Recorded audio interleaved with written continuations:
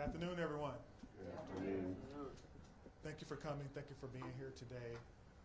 We'll be providing an additional update as we have moved now into the investigation phase of this tragic incident. I'll be making some prepared remarks and will not be taking questions.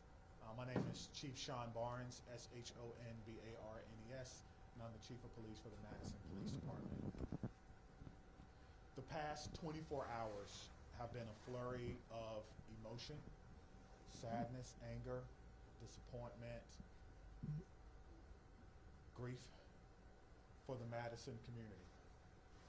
We were brought together by a tragedy. And today, 3 families woke up this morning to a world without a loved one. That can never be outdone. In the midst of this tragedy, our community has come together in an incredible demonstration of support from Madison and indeed the state of Wisconsin and our nation. I cannot express enough gratitude to the many emergency response agencies who provided direct support to the Madison Police Department. We could not be standing here today without the men and women of law enforcement, specifically the Madison Fire Department, surrounding EMS agencies, Dane County Sheriff's Office, Monona PD, Oregon PD, the University of Wisconsin Police Department, the ATF, the FBI, Fitchburg Police Department, and Cottage Grove. A special thank you from me to all of these agencies. Thank you so much.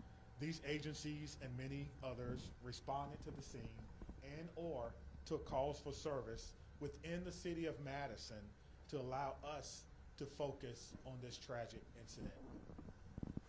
Student reunification with their loved ones could not have happened as swiftly as it did without the assistance of SSM Health Dean Medical Clinic, as well as the Quick Trip.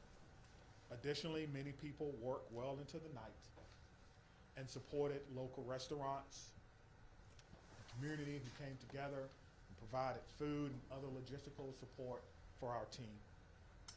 Yesterday, we came together as one team, as one Madison, as one country, and we should feel incredibly proud about our response.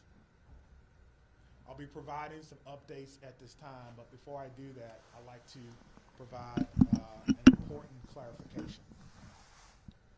Yesterday, after looking at the computer-aided dispatch system, it seems as if a call came from a second grader. It actually read the call came from a second grade teacher. That was a mistake. That's my responsibility, and I apologize, and I clarify that today. It did not come from a second grader. It read second grade teacher. I will also be providing several investigative updates from the 8 p.m. briefing from last night. The Madison Police Department is committed to transparency and will continue to release information that can be used to improve public safety. This must be balanced against our commitment to the victims of this horrific crime and the need to do a thorough and complete investigation. As a result, I recognize many of you may have questions that I cannot answer at this time.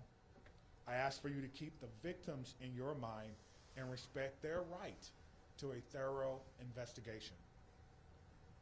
I also will not be taking questions at the conclusion of this press conference, but your pre-submitted questions serve as the basis for updates that we're providing for you this afternoon.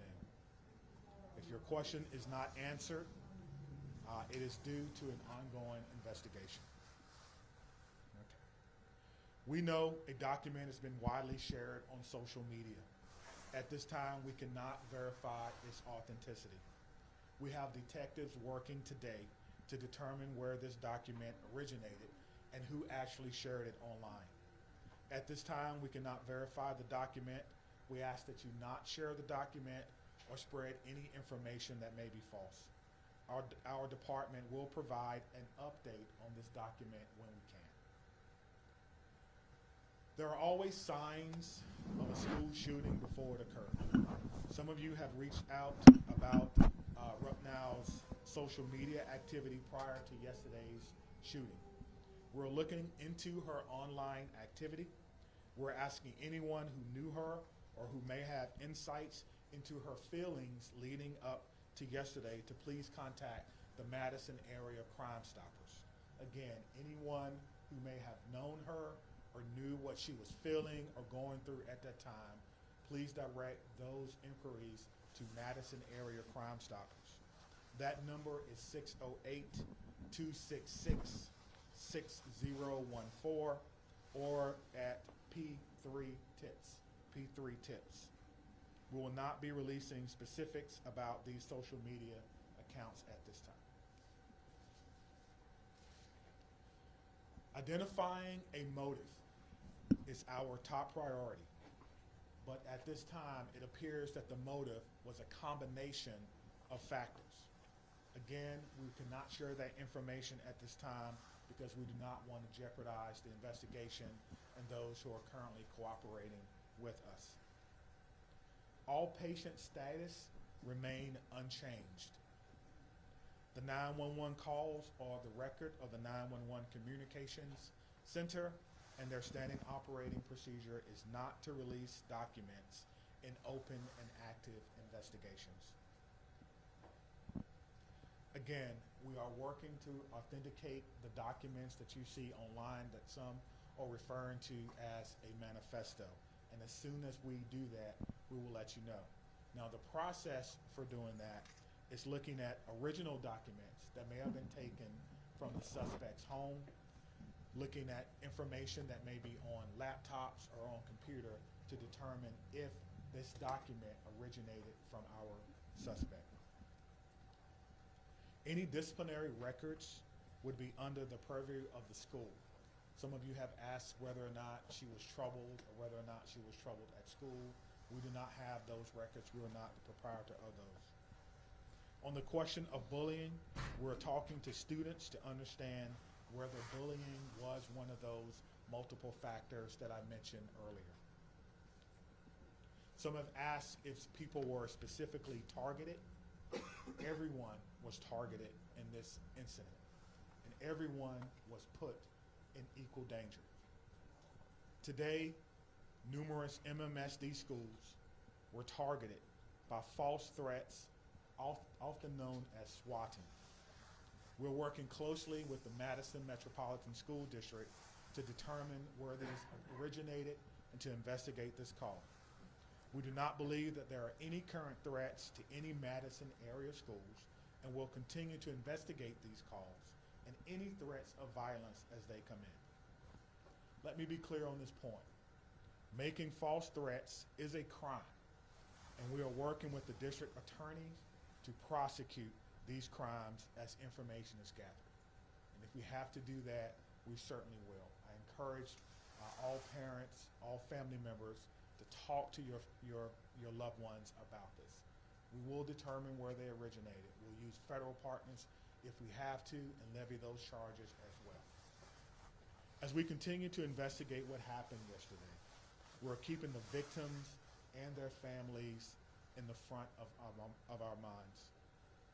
We want to thank the countless people and organizations who've reached out to support them, as well as the Dane County Victim Witness Unit and the Dane County Emergency Management, who provided direct support to the families. To the Abundant Life Christian Academy, this is a hurting and haunting situation, and the many survivors will need our continued support, and we pledge to give them that in the days, months, and even years ahead.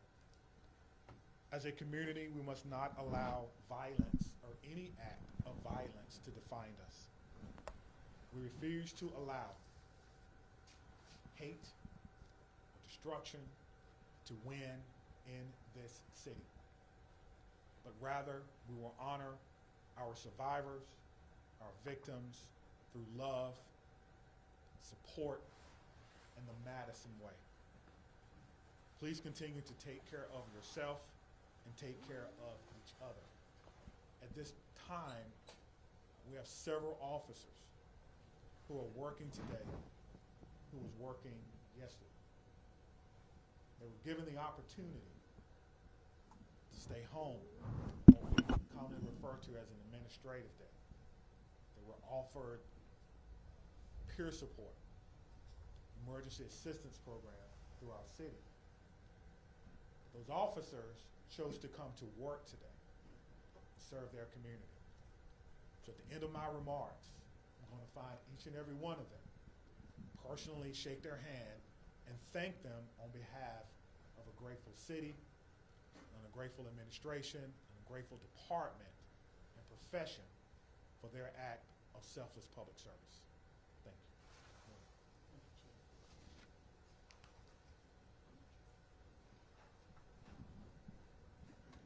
I want to start where the chief ended, which is just asking everyone in this room and within the sound of my voice to take a minute.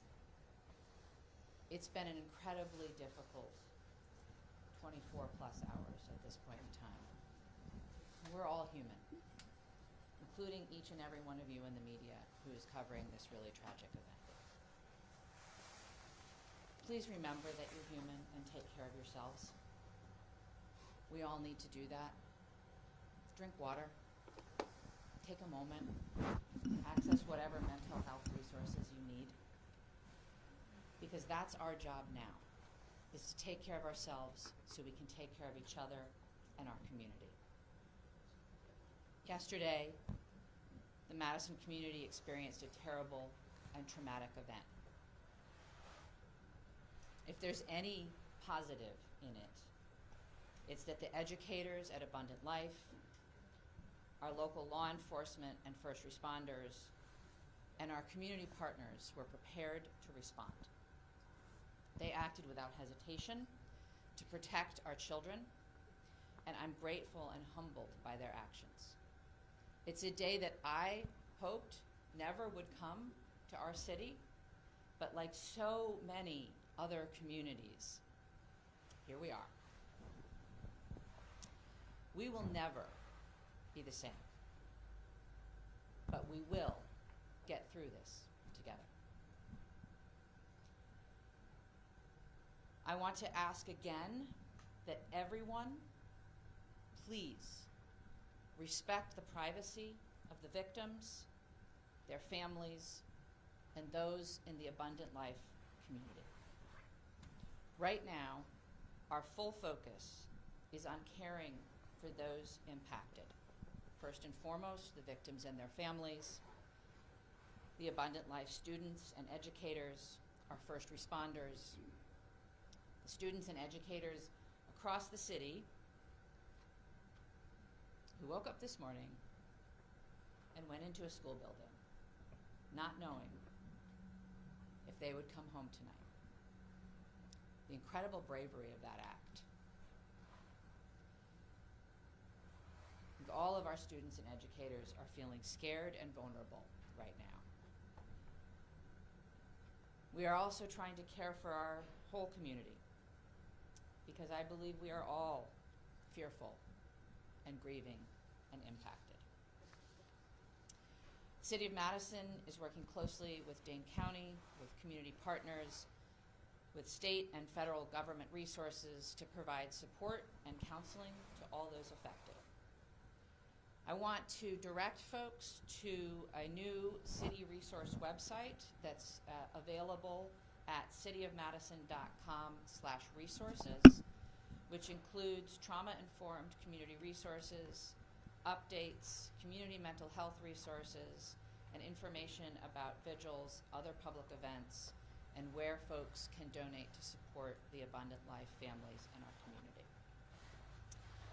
I want to highlight two things that are also on that website, and once again, that website is cityofmadison.com/resources.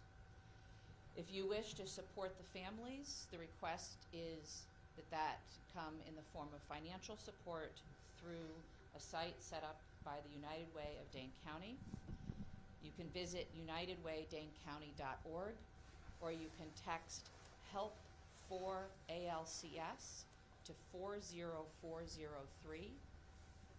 Again, that's help, numeral 4 ALCS to 40403. The community is also invited to a vigil tonight by the Vel Phillips statue at the Capitol at 6 p.m. Again, that's at the Capitol building by the Vel Phillips statue at 6 p.m. I would ask that everyone, and particularly the folks in this room, please avoid spreading misinformation, particularly via social media. Please vet what you share, even if your wish to share is well-intentioned. There's so much that we do not know at this point, and we have to allow law enforcement the time and space for a careful and methodological investigation. Let them do their jobs. And above all, please respect the victims, respect the families, respect the school community, particularly on social media. I want to say a huge thank you again to all of our partners and those across the country who have reached out offering support and well wishes, including President Biden, who I talked to yesterday, Senator Baldwin, who I talked to yesterday, Congressman Pocan, Governor Evers, who called, and many others at every level of government and all across our community. I want to thank most particularly our first responders and everyone who mobilized yesterday to help, and certainly Madison Police Department and the many law enforcement agencies that were mobilized, Madison Fire Department, the Sheriff, the State Patrol, the FBI, the ATF. I want to thank our hospitals that cared for the victims and the medical staff there. I want to thank Dane County, in particular Emergency Management and the Victim Services Unit. They have been incredible. I want to thank SSM Health and the Dean Clinic. They, without hesitation, made their facility available to us. They canceled all appointments. They rearranged the facility. They put their staff at our disposal to make sure that the Abundant Life families could be reunited with their students. I couldn't be more grateful to them. I want to thank the United Way, both for setting up the donation site and for mobilizing resources across our community. I want to thank the Red Cross and the Salvation Army, the religious leaders who came to the reunification site yesterday from across our community, and all of the community organizations and businesses that donated food and resources to the families and are still now offering support for our community. There are so many people who have offered support, resources, help, and well wishes, and we are grateful to every single one of them. I want to end where I started, which is centering our collective humanity. We all have to take care of ourselves so that we can take care of each other and our community. Whatever your belief or tradition is, I would ask that you find a way today, tomorrow, in the coming weeks, months, and years to be kind, to give grace, and to find ways, big or small, to help make our community a safer place for all of our children. Thank you, and I'll turn the podium to the county executive. We'll answer questions. Oh, I'm sorry. I'm sorry, I forget that you're not all local. My name is Satya Rhodes Conway. I'm the mayor of Madison. That's S-A-T-Y-A, last name R-H-O-D-E-S-C-O-N-W-A-Y. Satya Rhodes Conway, mayor of Madison, Wisconsin. Thank you. Good afternoon, everyone. I'm County Executive Melissa Agard, M-E-L-I-S-S-A, A-G-A-R-D. It's unfortunate that we are still having to navigate this absolutely horrific situation in our community. I come before you today as a community leader, as a mom, as a fellow Dane County resident, and like many of you, someone who is continuing to process what unfolded yesterday at Abundant Life Christian School and across our community. My heart aches for the students and families and teachers and the first responders at all levels, from the 911 officers to the folks that are at our coroner's office. Every single one of us has been impacted in an unimaginable reality by this situation. Our kids, my kids, teachers across our community, and in fact across our nation, had to wake up and go to school today, and that was an act of bravery. Parents dropping their children off at after what we witnessed yesterday took an act of bravery and a belief in our community.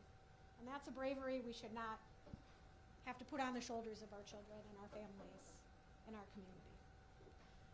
Let me be clear. These everyday actions that we have all experienced over the last 24 plus hours should not require bravery.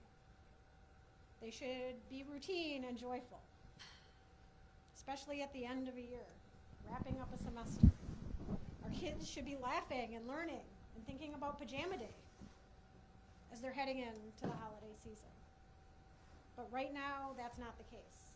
And right now, it's okay to not feel okay. It's how we move forward. And for some, the weight of this tragedy is overwhelming.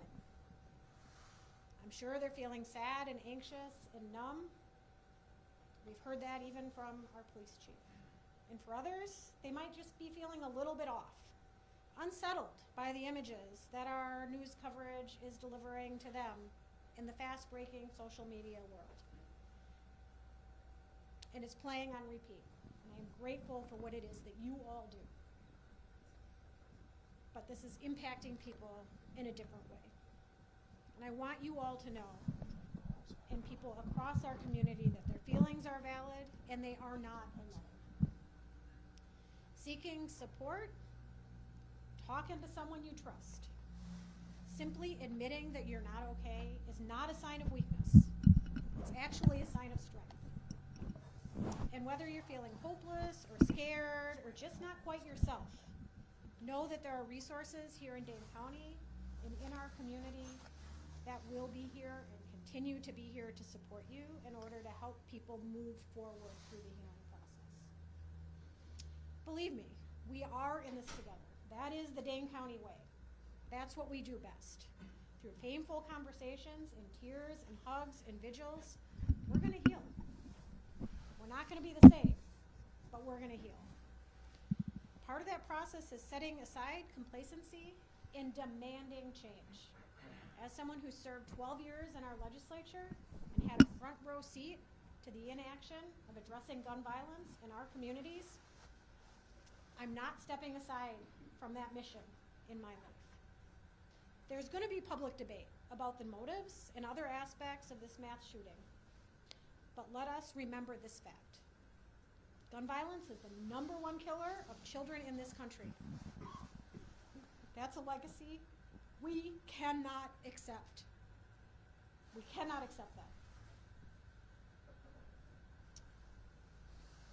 Part of the reason I feel so pained by this tragedy is that mass shootings feel like something that's ominous and hovering, and we're all wondering where and when the next one is going to occur. And guess what? It happened here. It happened right here. And I am so proud of the folks that I work with at the county and that the mayor works with in the city and our partners at the federal, state, and local level, and how it is that we've stepped up and responded to support people. Could we do better? Could we do different? I am sure. But did we do well? I am proud of the work that has been done in this community over the last 24 hours. And I assure you all today that we are going to continue to work like hell to stop future tragedies and to support our community that has been harmed by these actions. And for anyone that's out there listening, anywhere in this amazing world that we live, Whether you're grieving, or you're scared, or you're angry, or you're unsure, or you're curious, take care of yourself. Take care of the people who you love and whose lives you touch. Talk to someone, anyone. If you're not comfortable calling a number, there is someone in your life you can reach out to. No one is alone through this. We are strong in Dane County, and together we're going to get through this. And I know that there are questions that we all want answers to. And I am hopeful that we will have those answers sooner than longer. But please give us the time to do this right so that we can learn how to prevent this from happening in the future and support those that have been most impacted in our community.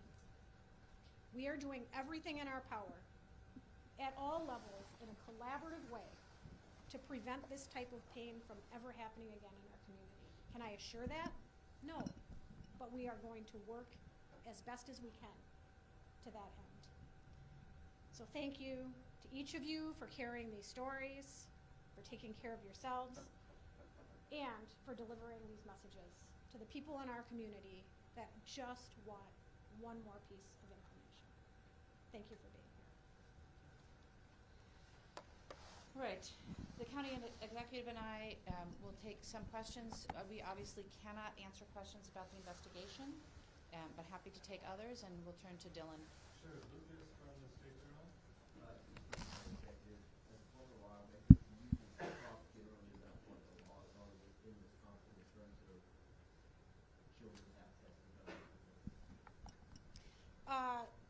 Our laws in Wisconsin are far too lax when it comes to access of guns by children. And I do believe that we should have safe storage laws. We should have background checks. We should have red flag bills. We should be providing adequate support for everyone in our community when it comes to behavioral health. People should not be waiting when they raise their hand and ask for help. And there should not be stigma surrounding people who are asking for that help. Our schools should be adequately funded. Our Department of Justice has an Office of School Safety. They don't have enough resources, and that is on the legislature. There is a lot of action that can be taken in the Wisconsin State Capitol, but this is a conversation that needs to happen from coast to coast. We need partners in our federal government to also address this, because states have borders and people can cross them. Maddie from WISD. As public officials, can you speak to the process of vetting information before sharing it publicly, what that looks like behind the scenes? We've tried. I think it depends, but we have a process within, obviously, both police and fire have public information officers who work with the principals to gather and vet information and share it out. Similarly, in my office, we have a communications manager who works with us. In terms of the investigation, I can't really speak to that process, but there is a process within law enforcement to decide what information can be shared that won't jeopardize the investigation, and then to do our best to verify information before we're sharing it publicly. Obviously, in an event like this, there is a lot of chaos, and it can be difficult to parse out where information is coming from and how accurate it is at any given time. And so in a developing scene, sometimes we will share information that's not 100% correct. But as you've seen already, the chief comes back and tries to give out the best information we can and correct any mistakes.